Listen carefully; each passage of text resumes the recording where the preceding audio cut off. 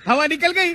जरा ऊंची आवाज की तो इनकी हवा निकल गई ना। गो गो गो। तेरी क्यों हवा निकल गई ढोंडू? तू तो ऐसे खड़ा है जैसे मेरे पीछे वो। तू तो ऐसे खड़ा है जैसे मेरे पीछे वो। तू तो ऐसे खड़ा है जैसे मेरे पीछे वो। इंडिया वेस्ट इंडीज से हार जाएगी, फिर इंडिया वेस्ट इंडीज से नहीं जीतेगी। इंडिया वेस्ट इंडीज से भी जीत गई और इंडिया इंग्लैंड से भी जीत गई। लेकिन कुछ पोरकी महाज्ञानी जो अपने आप को बाबा समझते हैं, पहले तो जिम्बाब्वे से इंडिया को हरा रहे थे, फिर वेस्ट इंडीज से इंडिया को हरा रहे थे, फिर इंग्लैंड से इंडिया को हरा रहे थे। मतलब ये अपने अब्बू बदलते रहते हैं। अब इनको कौन समझाए कि पोरकियों का एक ही अब्बू है, वो है इंडिया। समझ रहे हो ना? मतलब बाबा बनने की कोशिश मत करो, तो अपनी टीम का देख लो। ये इंसान वही है जो यूएसए से पिल गया था। ये बैठकर चैनल में बोलता है कि इंडिया वेस्ट इंडीज से हार जाएगी, इंडिया इंग्लैंड से हार जाएगी। भाई ये जलन है। जब तुम्हारी टीम की औकात नहीं होती ना, तो सामने वाली टीम को ऐसे ही गिराने की कोशिश की जाती है। ये साफ तौर पर पोरगियों की जलन है। वो नहीं चाहते कि इंडिया इस मुकाम पर पहुंचे। फिर बैठकर बोलते हैं नहीं नहीं नहीं, इंडिया नहीं पहुंचेगी सेमीफाइनल। अब सेमीफाइनल पहुंच गई तो पता क्या बोलेंगे? इंडिया फाइनल नहीं जीतेगी, न्यूजीलैंड फाइनल जीतेगी। और वहाँ पर एक बंदा और बैठा रहता है जिसको विराट कोहली के साथ तुलना नहीं हो रही थी कि विराट कोहली जैसा लगता है। उसके बाद एक चचा और बैठते हैं, हाँ इंडिया नहीं जीतेगी, इंग्लैंड सेमीफाइनल जीतेगी, इंग्लैंड के पास बहुत अच्छी बैटिंग लाइनअप है। घोप घोप घोप घोप घोप घोप घोप घोप घोप हो गया ना, घोप घोप। ये जलन है।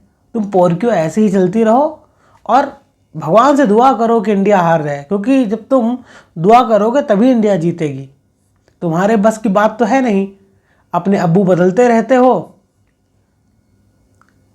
कभी तुमने वेस्ट इंडीज को अब्बू बनाया, अब इंग्लैंड को अब्बू बनाया, अब न्यूजीलैंड को अब्बू बनाओगे, जबकि तुमको पता है कि तुम्हारा असली अब्बू इंडिया ही है। ऐसे ही गलती करते रहो और ऐसे ही हम मजे लेते रहेंगे। गुप गुप गुप गुप गुप गुप गुप गुप। ये हुआ है यहाँ दोस्तों। आज मैच नहीं था, ये आज एक ऐसा मुकाबला था जो किसी ने सोचा भी नहीं था।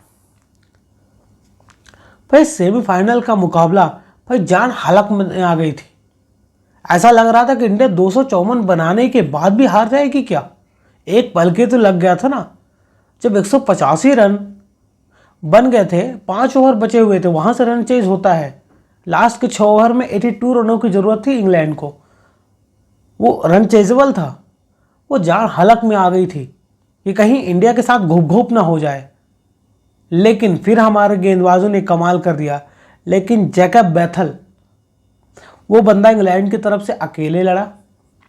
उसने गट्स दिखाया, उसने गुर्दा दिखाया और बड़े मैच का टेम्परामेंट दिखाया। बहुत ही बेहतरीन पारी खेली, लेकिन वह पारी उनके लिए खराब चली गई। हाँ, अगर यही मुकाबला इंग्लैंड जीत जाती तो उनको याद किया जाता। भाई साहब, आज के मुकाबले में गेंदबाजों की ऐसी धुनाई हुई है, कोई 15 रन प्रति ओवर दे रहा है, कोई 16 रन प्रति ओवर दे रहा है, कोई 12 रन दे रहा है, कोई 14 रन दे रहा है। वहीं ये कुछ इंडियंस जो आ जाते हैं, बोलने लगते हैं हाँ बुमराह को गेंदबाजी नहीं करनी चाहिए थी, बुमराह को टेस्ट मैच से बाहर कर देना चाहिए था, बुमराह T20 का अच्छा गेंदबाज नहीं है, इंजर्ड हो जाता है। अरे कौन भौंक रहा है ये बदतमीज? अब इनको कौन बताया ऐसी परफॉर्मेंस? पूरे वर्ल्ड कप में उठाकर देख लो। जहां 250 रन बन रहे हैं मुकाबले में, वहां बुमराह 4 ओवर की गेंदबाजी में 33 रन देता है बंदा, 33 रन ओनली, और एन वक्त में आकर विकेट देता है। वर्ल्ड क्लास गेंदबाज है बुमराह। लेकिन कुछ लोगों को कौन समझाए, कुछ लोगों को कौन समझाए? उनके लिए सिर्फ एक ही कहते हैं, घूप घूप घूप घूप घूप। भाई जिस तरह से आज इंडिया ने खेला है, उसने पोरकियों को बता दिया है कि तुम अपने अब्बू बदलते रहो, तुम्हारी बस की बात नहीं है। भाई साहब, आज के मुकाबले में संजू सैमसन ने वेस्ट इंडीज के खिलाफ भी 97 रनों की पारी खेली थी और आज 82 रनों की पारी। आज संजू सैमसन ऐसी बल्लेबाजी कर रहे हैं जैसे विराट कोहली किया करते थे। मतलब विराट कोहली से कंपेयर नहीं किया जा रहा, लेकिन उनकी तरह बनने की कोशिश कर रहे हैं संजू सैमसन। जोफ्रा आर्चर का जो हवा मचा हुआ था ना कि जोफ्रा आर्चर आएगा, संजू सैमसन को आउट कर देगा शॉट पे, संजू सैमसन ने जोफ्रा आर्चर की रेल बना दी है। जोफ्रा आर्चर की ऐसी धुनाई हुई है ना, 61 रन दिए हैं 4 ओवर में, 61 रन दिए हैं जोफ्रा आर्चर ने। इंग्लैंड का ऐसा कोई भी गेंदबाज नहीं था जिसका रन रेट 10 से नीचे रहा हो, सबका 10 के ऊपर का ही था। मतलब इतनी धुनाई हुई है आज। और इस स्ट्राइक रेट से बल्लेबाजी की, 200 प्लस की स्ट्राइक रेट से संजू सैमसन ने आज बल्लेबाजी की है।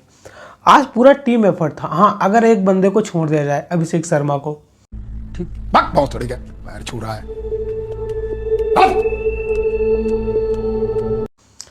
भाई अभिषेक शर्मा करने क्या चाह रहा है यार। अब इनको युवराज सिंह से ट्रेनिंग लेनी नहीं पड़ेगी, क्योंकि युवराज सिंह 2014 में जिस तरह से फाइनल मुकाबले में खेले थे टुक टुक टुक टुक करके, इनको युवराज पाजी के पास जाना पड़ेगा, उनसे ट्रेनिंग लेनी पड़ेगी। क्योंकि फाइनल में इनके जगह को लेकर सस्पेंस है, लेकिन ये है कि इनकी जगह खिलाया किसको जाएगा, क्योंकि रिंकू बैठा है। रिंकू मिडिल ऑर्डर का बल्लेबाज है, अगर उसको टीम में शामिल करते हैं तो बहुत चेंजेस करने पड़ेंगे, फिर मतलब बैटिंग ऑर्डर का होगा। भाई अभिषेक शर्मा कैसी बल्लेबाजी कर रहा है, ये स्लॉगर्स वाली ही बल्लेबाजी कर रहा है। भाई इसको कॉन्फिडेंस नहीं है बिल्कुल भी अपनी बल्लेबाजी में, और इस इतने बड़े मुकाबले में ऐसी बल्लेबाजी, लापरवाही के साथ शॉट खेलना, जब सबको पता है कि ऑफ स्पिनर में अभिषेक शर्मा आउट होगा और वही गलती करता है। उस ओवर में 2 चौके मार भी चुका था, लेकिन लास्ट बॉल में लप्पा छक्का मारने के चक्कर में अपना विकेट फेंक कर चला गया। और एक बात और याद रखना, इस मुकाबले में 2 ऐसे मोमेंट हुए हैं जहां से गेम का पूरा रुख पलटा है। वही 2 मोमेंट अगर इंग्लैंड के फेवर में हो जाते हैं तो यह मुकाबला इंग्लैंड जीत सकती थी। तो कमेंट कर बताओ कौन से मोमेंट की बात कर रहा हूं। लेकिन अभिषेक शर्मा को यहाँ पर समझना पड़ेगा, ऐसी पारी से काम नहीं चलेगा, कोई बड़ी पारी खेलनी पड़ेगी, नहीं तो कोई याद नहीं करेगा वर्ल्ड कप में तुम्हारी परफॉर्मेंस कैसी थी। टीम से छुट्टी भी हो सकती है। लेकिन आज बात करेंगे हम इंडियन टीम के एफर्ट की। भाई जिस बल्लेबाज को मौका मिला, जहाँ मौका मिला, सबने अच्छी परफॉर्मेंस की है।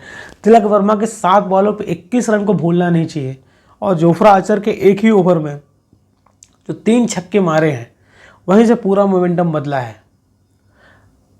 पर लेकिन कुछ लोग आकर बोल देंगे नहीं तिलक वर्मा बेकार प्लेयर है। बोलने लगे थे ना स्टार्टिंग मैचों में, तो तिलक वर्मा की परफॉर्मेंस नहीं आ रही थी, बोलने लगे तिलक वर्मा को बाहर कर देना चाहिए था। अब वही तिलक वर्मा, उसकी पोजीशन भी चेंज हो गई, देख लो उठाकर 7वें नंबर बल्लेबाजी करने आया बंदा, लेकिन ऐसी पारी खेल कर गया है। पूरा मोमेंटम ही बदल गया। अगर यही स्कोर 230-220 होता ना तो इंग्लैंड मुकाबला लेके चली जाती। हार्दिक पांड्या ने भी आज कमाल किया, 12 बॉलों पे 27 रनों की पारी खेली है, 2 छक्के भी शामिल हैं। मतलब जितने प्लेयर आ रहे थे इंडिया की तरफ से, सब ने थोड़ा थोड़ा कंट्रीब्यूट किया है, तब जाकर 250 रन बना है। जब टॉस इंग्लैंड ने जीता था ना, इंडिया को बल्लेबाजी करने का न्योता दिया था, वहीं से समझ आ गया था कि इंडिया 250 रन के लिए जा रही है। क्योंकि इंडिया को भी पता था भाई इंग्लैंड की टीम लगान वसूल कर सकती है, इंग्लैंड की टीम लगान वसूल कर सकती है, उनके पास वो मादा है, वो गुर्दा है जो लगान ले सकती है। लेकिन आज इंडिया ने उनके ऊपर दोगुना लगान लगा दिया है। एक बात आप सब लोगों का फिर से याद दिलाई दूं, ये सिर्फ खेल नहीं है जो हम किसी के मौज मनोरंजन के लिए खेलते हैं, ये एक लड़ाई है जो हमका जीतनी है। हमारा मकसद सिर्फ एक है, लगान से मुक्ति, गांव की खुशहाली। प्रभु के वास्ते में मारते दम तक किसी के सामने नहीं झुकूंगा। आप लोग मेरा साथ दें या ना दें, मगर कचरा खेलेगा। जिस तरह से कुटाई की है ना इंग्लैंड, जिंदगी भर याद रखेगा। 2024 में भी इंडिया ने सेमीफाइनल में पेला था, और 2026 में भी इंडिया ने पेला है, इतनी बुरी तरह से। लेकिन एक बहुत अंडररेटेड प्लेयर है जिसकी कोई बात नहीं करता है, शिवम दुबे की। भाई शिवम दुबे एक ऐसा बल्लेबाज, इसको लोग वह क्या बोलते हैं कि गेंदबाजी नहीं करता है, 25 रन दे देता है। बात तो हलक में आ गई थी जब लास्ट ओवर 30 रन चाहिए थे इंग्लैंड को, शिवम दुबे गेंदबाजी कर रहा था। भाई धक धक लग रहा था कि 5 छक्के न खा ले, लेकिन पहली ही बॉल पर जैसे ही बैथल आउट हुआ है ना, रन आउट, मैच वहीं से पलट गया। हाँ, भले ही जोफ्रा आर्चर ने आकर 3 छक्के मार दिए, लेकिन तो मैच तो ख़त्म ही हो चुका था। सब यही दुआ कर रहे थे कि अच्छे से गेंदबाजी कर देना, नो बॉल ना हो जाए। उस बंदे को आज शिवम दुबे को नंबर 4 पर भेजा गया। ऐसा क्यों? लेकिन कुछ लोग बोल रहे थे नहीं नहीं, शिवम दुबे को नंबर 4 पर क्यों भेज दिया गया, वानखेड़े हैं, यहाँ पर सूर्या को आना चाहिए था। भाई सामने आदिल रशीद गेंदबाजी कर रहा था और आदिल रशीद की इकॉनमी 6 के नीचे चल रही थी, लेकिन शिवम दुबे ने आकर जैसे उसको टैकल किया है कि ओवर में 2-2 छक्के मारे हैं। भाई 4 ओवर में 42 रन दिए हैं आदिल रशीद ने, जो काफ़ी किफ़ायती साबित हो रहा था। उसके बावजूद भी 2 विकेट लेकर गया बंदा। तो शिवम दुबे को लोग बाग भूल जाते हैं, बहुत अंडररेटेड प्लेयर है। जब जब उसको मौका मिला है तब तब बल्लेबाजी से परफॉर्मेंस करके देता है। और शिवम दुबे की एक खास बात है, उसकी आप गेंदबाजी को मत देखो, उसकी बल्लेबाजी को देखो, क्योंकि जिस तरह शिवम दुबे बल्लेबाजी कर रहा है ना, बहुत सारे ऐसे प्लेइंग एलेवन प्लेयर हैं उनसे अच्छी बल्लेबाजी करता है शिवम दुबे। वो डिजर्व करता है यहाँ पर टीम में होना। लेकिन आज के मुकाबले में जो मोमेंट हुए थे ना भाई, वो अक्षर पटेल ने अगर हैरी ब्रुक और विल जैक्स का अगर वहाँ पर कैच नहीं लिया जाता ना, तो मैच कहीं भी जा सकता था, क्योंकि जैकब बैथल और विल जैक्स के बीच 97 रनों की पार्टनरशिप हो गई थी। लेकिन कुछ लोग ये भी बोलेंगे कि आईसीसी वाले बीसीसीआई गौतम गंभीर के खिलाफ कुछ साजिश चल रहे हैं क्या, क्योंकि आज कैमरा गौतम गंभीर पर नहीं गया है, आज कैमरा महेंद्र सिंह धोनी पर गया है और उसके ऊपर से रोहित शर्मा भी दोनों साथ में मौजूद थे और इंडिया ने 7 रन से भी मुकाबला जीता है। मतलब वो थाला कलेक्शन कहीं ना कहीं से कनेक्शन आ ही जाता है। ये तो हर मुकाबले में गौतम गंभीर पर ज़्यादा फोकस रहता था, लेकिन आज महेंद्र सिंह धोनी और रोहित शर्मा पर ज़्यादा फोकस रहा है। पर इससे कहीं गौतम गंभीर चिढ़ तो नहीं जाएंगे, क्योंकि थाला फॉर रीजन हो गया है। 7 रन से ही इंडिया जीती है। भाई आज डर तो था, इंग्लैंड की बल्लेबाजी का डर था। अंदाज़ा लगाओ, लास्ट के 6 ओवर 82 रन बनाना हो, सामने वाली टीम ले लेगी जब 2 सेट बल्लेबाज थे। लेकिन वहीं से गेम पलटता है, वहीं से गेम पलटता है। वो कैच विल जैक्स का बहुत ही इम्पॉर्टेंट कैच था। वहाँ पर डर लग रहा था, जैसे अक्षर पटेल बाउंड्री पर जाते कैच फेंकते हैं शिवम दुबे के पास, शिवम दुबे कैच लेने के बाद वापस मुड़ता है अक्षर पटेल के पास ऐसे करने के लिए। अगर ऐसा कर देते शिवम दुबे, हाथ मिला लेते वहीं पर, वो छक्का हो जाता बाउंड्री के अंदर। भला वो अक्षर पटेल बाउंड्री कूद कर बाहर आ गए, नहीं तो छक्का हो गया था। लेकिन वो 2 मोमेंट ऐसे थे जहां से गेम का रुख पलटा है। लेकिन एक मोमेंट और था, यहाँ पर जसप्रीत बुमराह की गेंदबाजी। और मैन ऑफ द मैच लेने के बाद संजू सैमसन ने बात बोला है कि अगर कोई मैन ऑफ द मैच के लायक है वो है जसप्रीत बुमराह। अगर जसप्रीत बुमराह नहीं होते तो मैच कहीं पर भी जा सकता था, इंग्लैंड के फेवर में भी जा सकता था। तो हीरा है वो, जसप्रीत बुमराह इंडियन टीम का हीरा है, इस बात को याद रखना। कुछ महानुभाव बोलने मत आ जाना कि भैया देख लो 33 रन दिया है। भाई 33 रन जहाँ 250-250 रन बन रहे हो ना, वहाँ पर 33 रन की ज़्यादा होते नहीं हैं। भाई आज इंग्लैंड की भी तारीफ करनी पड़ेगी। किसी ने भी नहीं सोचा था कि 254 रन खाने के बाद इंग्लैंड इस तरह से फाइट बैक करेगी। हाँ, इंग्लैंड के ओपनर नहीं चले, जोस बटलर फॉर्म से जूझ रहा था। एक समय ऐसा लग रहा था कि जोस बटलर इंडिया के लिए खेल रहा। वो वरुण चक्रवर्ती उसका विकेट ले गया, जिसकी जमकर कुटाई हो रही है। 4 ओवर 64 रन दिए हैं वरुण चक्रवर्ती ने। भाई उसने जोस बटलर को आउट किया है। कुछ इंडियन बोल रहे थे भाई जोस बटलर को आउट मत करा है, वो इंडिया के लिए ही खेल रहा है। न तो फिल सॉल्ट चला न जोस बटलर। वहाँ पर एक ही बल्लेबाज चला, वो जैकब बैथल। 104 रनों की पारी खेली और विल जैक्स ने भी 38 रन बनाए। इसके अलावा पूरी की पूरी इंग्लैंड की बल्लेबाजी डिजास्टर साबित हुई है। लेकिन छोटा छोटा कंट्रीब्यूशन करके आया है। जब 6 ओवर 82 रन की ज़रूरत थी ना भाई, जान हलक में आ गई थी। 5 ओवर में 69 रनों की ज़रूरत थी। 3 ओवर में इंग्लैंड को 45 रनों की ज़रूरत थी। वहाँ पर बुमराह गेंदबाजी करने आते हैं और उस ओवर में सिर्फ 6 रन देते हैं। 18वें ओवर में 6 रन देता है जसप्रीत बुमराह 18वें ओवर में, और असली गेम वहीं पर बदला था। और क्या मालूम है तेरे को उसके बारे में? भाई जास्ती नहीं मालूम है, बॉडी बीडी था नहीं उसका, लेकिन डेयरिंग बहुत था। हाँ। भाई अंग्रेज लोग की वाट लगा दी उसने। क्या? डर के भाग गए सब लोग। डेथ ओवर में टीम इंडिया ने ऐसी गेंदबाजी की, 3 ओवर 45 रन कोई भी ले लेगा। बड़ी से बड़ी टीमें रन चेज कर सकती थी, छोटी से छोटी टीमें रन चेज कर सकती थी। सबको लगा भाई क्या मुकाबला तो निकल गया, लेकिन टीम इंडिया के गेंदबाजों ने वो कसर दिखाई, खासतौर पर हार्दिक पांड्या, बुमराह ने, कि आपको मुकाबला बना कर दिया। हाँ, आप कुछ बोल सकते हो कि हर्षदीप सिंह ने 17वां ओवर किया था, लेकिन अगर 18वें ओवर में 6 रन भी बुमराह नहीं देता, अगर वहाँ पर 12-15 रन पड़ जाते तो मुकाबला कहीं से कहीं निकल गया था। लेकिन उसके बाद अगला ओवर 19वां ओवर लेकर आते हैं हार्दिक पांड्या। 2 ओवर में 39 रनों की जरूरत थी, 39 रनों की जरूरत थी, और उस ओवर में हार्दिक पांड्या ने सिर्फ 9 रन दिए हैं। मैच वहीं पर ख़त्म हो गया था। और इसी हार्दिक पांड्या को लेकर लोग बुराई करते हैं, नहीं भैया देखो हार्दिक पांड्या का एटीट्यूड बहुत है, बालों में कलर लेकर घूमता है। और कुछ महानुभाव ये भी बोल रहे थे कि वर्ल्ड कप खेलने आया है कि गर्लफ्रेंड को घुमाने आया है। भाई तुमको क्या करना है? भाई किसी की पर्सनल लाइफ है, वो तो अपना काम कर रहा है ना। सबसे बड़ा मैच विनर खिलाड़ी हार्दिक पांड्या है इस समय टीम इंडिया के पास।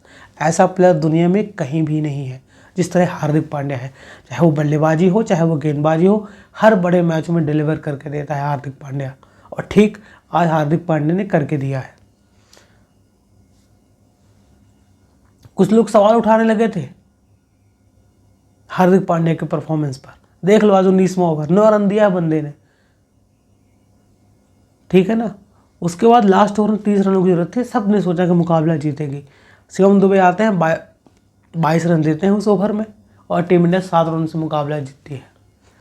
लेकिन यहाँ पर आपको एक संकट भी है। वरुण चक्रवर्ती टीम इंडिया के लिए मुसीबत बने हैं। वर्ल्ड कप शुरू होने से पहले लोग बाग क्या सोच रहे थे कि इंडिया के पास 2 ऐसे प्लेयर हैं जो वर्ल्ड कप जिताने के लिए काफ़ी अहम होंगे, एक अभिषेक शर्मा, दूसरे वरुण चक्रवर्ती। ना तो अभिषेक शर्मा के बल्ले से रन आ रहे हैं, न वरुण चक्रवर्ती की गेंदबाजी हो रही है। अभिषेक शर्मा लगातार स्ट्रगल कर रहे हैं, अब वो दिख भी नहीं रहा कि उनके बल्ले से रन आएंगे। लेकिन अबे साले उनको चेंज नहीं कर सकते, उनको चेंज करेंगे पूरा बैटिंग ऑर्डर चेंज हो जाएगा। लेकिन यहाँ पर वरुण चक्रवर्ती को चेंज किया जा सकता है, क्योंकि फाइनल मुकाबले में टीम इंडिया ऐसे नहीं जा सकती कि आपका गेंदबाज को कॉन्फिडेंस ही ना हो, क्योंकि वरुण चक्रवर्ती के पास कॉन्फिडेंस ही नज़र नहीं आ रहा है। यही जब वर्ल्ड कप से पहले लगातार 2 विकेट 3 विकेट ले रहे थे, सब यही सोच रहे थे कि वरुण चक्रवर्ती को खेलेगा कौन, बल्लेबाज कैसे करेंगे। लेकिन आज जैकब बैथल ने आते ही 3 बॉलों में लगातार 3 छक्के मार दिए। पावर प्ले में 3 विकेट गिर गए थे इंग्लैंड के। किसी ने नहीं सोचा था कि जैकब बैथल आकर ऐसे ही बल्लेबाजी करेगा। पहली बॉल पे छक्का, दूसरी बॉल पे छक्का, तीसरी बॉल पर जो रिवर्स स्वीप पे छक्का मारा है वरुण चक्रवर्ती को, फिर मोमेंटम वहीं से इंग्लैंड लेकर चली गई। ये टीम इंडिया के लिए सरदर्द की बात है। गौतम गंभीर को फैसला लेना पड़ेगा, लेकिन चाहते हैं ना वरुण चक्रवर्ती गौतम गंभीर के, चाहते हैं वो गौतम गंभीर के वरुण चक्रवर्ती, तो उनको कैसे बाहर करेंगे? क्या हुआ? कुछ मुंह में घुसेड़ा, उसके बाद गले को उधेड़ के नाक से बाहर निकाला, उसके बाद मेरी बत्ती गुल हो गई। लेकिन अगर मैच जीतना है, टूर्नामेंट जीतना है, तो वरुण चक्रवर्ती को चेंज करना पड़ेगा, क्योंकि टीम इंडिया की गेंदबाजी भी आज एक्सपोज हुई है। अगर डेथ ओवर ऐसे नहीं जाते हार्दिक पांड्या के और बुमराह की गेंदबाजी अगर वहाँ पर नहीं जाती तो मैच कहीं से कहीं भी जा सकता था। और वरुण चक्रवर्ती इसी वाले मुकाबले की बात नहीं कर रहे हैं, पिछले आप 3-4 मुकाबले उठाकर देख लो, वरुण चक्रवर्ती को रख के छक्के चौके पड़ रहे हैं। यहाँ पर टीम इंडिया के लिए कंसर्न अलार्मिंग वाली बात है यहाँ पर, क्योंकि भले ही टीम इंडिया मुकाबला जीते हो, फाइनल पहुँचे हो, लेकिन टीम इंडिया को यह भी देखना पड़ेगा कौन सा प्लेयर आपके लिए किफ़ायती रहेगा। और इस मुकाबले से पहले भी टीम इंडिया पर काफ़ी सवाल थे कि टीम इंडिया की बल्लेबाजी चल नहीं रही है। पिछले वाला मुकाबला वेस्टइंडीज़ के खिलाफ संजू सैमसन ने एक तरफा जिताया था, उसके पहले ईशान किशन ने भी पाकिस्तान के खिलाफ मुकाबला जीता है। हर मुकाबले में एक प्लेयर करके रन बना रहे थे, लेकिन आज टीम एफर्ट नज़र आया, आपके बल्लेबाजों ने यहाँ पर करके दिया है। और वेस्टइंडीज़ के गेंदबाजों की भी धज्जियाँ उड़ी है। जोफ्रा आर्चर के बारे में मैंने आपको बता दिया है, 4 ओवर में 61 रन, आदिल रशीद 42 रन, मतलब सबको रन पड़े हैं। लेकिन अपने को इंडिया से मतलब है ना। इंग्लैंड भी बहुत अच्छा खेला है, आज उसने लड़ाई लड़ी है। अगर पहले वाले मुकाबले सेमीफाइनल की तरह अगर हो जाता कि न्यूजीलैंड ने पूरा ही आउट क्लास कर दिया साउथ अफ्रीका को, तो मज़ा नहीं आता। लेकिन आज के मुकाबले में देखने को मिला कि क्रिकेट की जीत हुई है, और यही लोग अब देखना पसंद करते हैं कि एक तरफा मुकाबला नहीं होना चाहिए। हाँ, सांसें अटक गई थी भाई, इंडियन है ना, इंडियन को लगता है कि इंडिया मुकाबले जीते। हम नहीं सोच सकते कि इंडिया मुकाबले हारे, वही इतने बड़े मंच पर आकर। लेकिन क्रिकेट फैन के तौर पर यह देखना दिलचस्प होगा कि सामने वाली टीम ने भी अच्छा परफॉर्मेंस किया है, उनके प्लेयरों की तरफ से अच्छी परफॉर्मेंस आई है, और इंग्लैंड ने वो करके दिखाया है, दिल जीता है। आज जैकब बैथल 22 साल का लड़का है, यंगर टैलेंट है,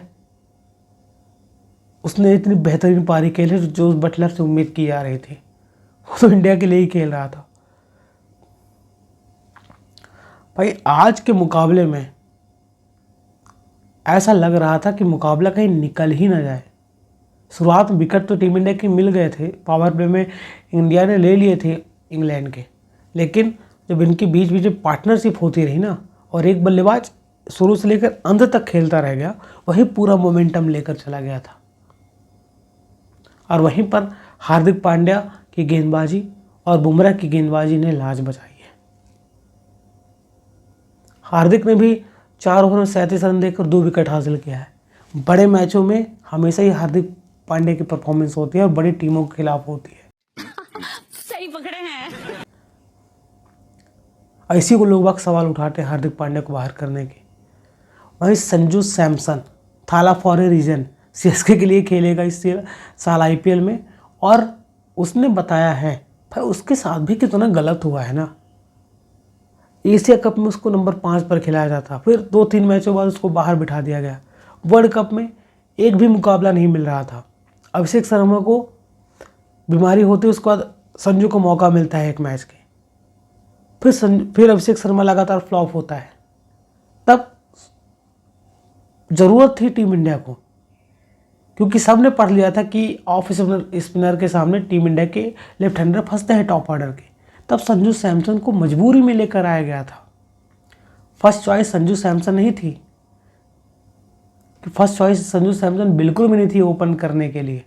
लेकिन संजू सैमसन ने आकर बताया कि क्लास क्या होती, एक्सपीरियंस क्या होता है। और जिस तरह से संजू सैमसन ने बल्लेबाजी, उनमें रोहित शर्मा की झलक नज़र आती है, और उनमें विराट कोहली की भी झलक नज़र आती है, जिस तरह से कंसिस्टेंसी के साथ रन बना रहे हैं। और जिस तरह बड़े मैचों में रन बनाए हैं ना, बस एक पारी और ऐसी खेल दे, फाइनल इंडिया को जिता दे, मैन ऑफ द टूर्नामेंट के प्रबल दावेदार हो जाएंगे यहाँ पर संजू सैमसन, जिस तरह की पारी खेली है। ये पोरकी आकर बैठ जाते हैं ना कि इंडिया नहीं जीतेगा, इंडिया को वेस्ट इंडीज हरा देगी, इंडिया सेमीफाइनल नहीं पहुंचेगी। जब सेमीफाइनल पहुँच गए तो वहाँ पर बैठ के बोल रहे थे इंग्लैंड हरा देंगे, इंग्लैंड के पास बहुत अच्छे बल्लेबाज हैं, इंग्लैंड के पास गेंदबाजी बहुत अच्छी, जोफ्रा आर्चर आउट कर देगा संजू सैमसन को। घूप हो गया है। टीम इंडिया ने ऐसी परफॉर्मेंस दी है कि सबकी बोलती बंद कर दी। भाई पोरकी अपनी टीम नहीं देखते हैं, तो जिम्बाब्वे से भी पिल जाती है, इससे भी पिल जाती है, इनको कोई भी हरा कर चला जाता है। इनको जलन होती है ना कि इंडिया इतनी बेहतर कैसे खेल सकती है, इंडिया के प्लेयर ऐसे कैसे बल्लेबाजी कर लेते हैं। इनको इस बात की जलन होती है। कुछ लोग इतने क्या कहते हैं, इतने भरे बैठे हैं ना, वो बोल रहे थे कि इंडिया ने मैच फिक्स किया है, तो इंडिया ने 254 रन बना दिए। भाई असली फिक्सर तो तुम्हारे यहाँ हैं, बैठे हैं, जो बाबा बन के बैठे हैं, जो प्रेडिक्शन करते हैं कि इंडिया हार जाएगी। ऐसे फिक्सर तो वहीं पर पाए जाते हैं, पाकिस्तान में ही पाए जाते हैं, इंडिया में नहीं पाए जाते। इंडिया अपने दम से मुकाबले जीतती है, बोलते हैं कि इंडिया के पास पावर है, इंडिया के पास पैसे हैं, तो पैसा तुम भी कमाओ ना, तुमको किसने रोका है, तुम तो कटोरा लेके निकल जाते हो। ये पोरकी ऐसे ही करते हैं, और इंडियन लोग थोड़ा इनको सुनकर परेशान हो जाते हैं कि उसने ऐसे प्रोडिक्शन दे दिया कि इंडिया नहीं पहुँचेगी। भाई वो अपनी बात करेंगे, जलन के बारे में बोल रहे हैं, हम तो चाहते हैं कि तुम ऐसे ही करो, तुम इंडिया को बोलो इंडिया नहीं जीतेगी, इंडिया जीतेगी जरूर, तुम्हारे कहने से कोई घंटा कुछ नहीं होता है।